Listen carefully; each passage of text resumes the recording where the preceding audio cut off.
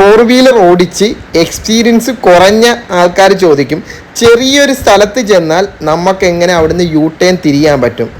അതിനുവേണ്ടി നമ്മൾ ചെയ്യേണ്ടതെന്ന് പറഞ്ഞാൽ മാക്സിമം നമ്മൾ നമ്മുടെ ലെഫ്റ്റ് സൈഡ് ചേർന്ന് വരിക, അതിനുശേഷം റൈറ്റ് ഫുള്ള് തിരിക്കുക, മാക്സിമം ഫ്രണ്ടിൽ എത്രയും പോകാൻ പറ്റും അത്രയും പോകുക. അവിടെ കൊണ്ടുവന്ന് നിർത്തിന് ശേഷം ഈ കാണുന്നത് പോലെ നമ്മൾ ഫുള്ള് ലെഫ്റ്റ് സ്റ്റിയറിങ് തിരിക്കുക. മാക്സിമം നമുക്ക് പുറകോട്ട് എത്രയും വരാൻ പറ്റും അത്രയും മാക്സിമം പുറകോട്ട് വരിക.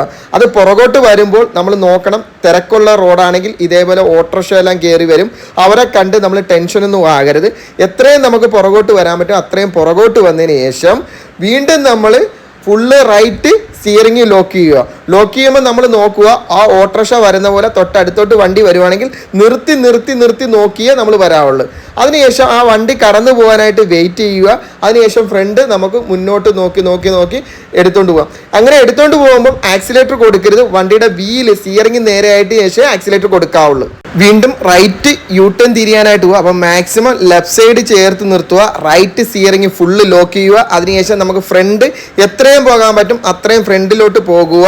അതിനുശേഷം അവിടെ കൊണ്ട് നിർത്തി ലെഫ്റ്റ് സ്റ്റിയറിംഗ് ഫുള്ള് ലോക്ക് ചെയ്യുക. അതിനുശേഷം ബാക്ക് എന്തുമാത്രം പോകാം അത്രയും ബാക്ക് പോകുക. അതിനുശേഷം അവിടെ നിർത്തി വീണ്ടും റൈറ്റ് ഫുള്ള് ലോക്ക് ചെയ്യുക. അതിനുശേഷം ഫ്രണ്ട് നോക്കി നോക്കി നേരെയാക്കി വരും.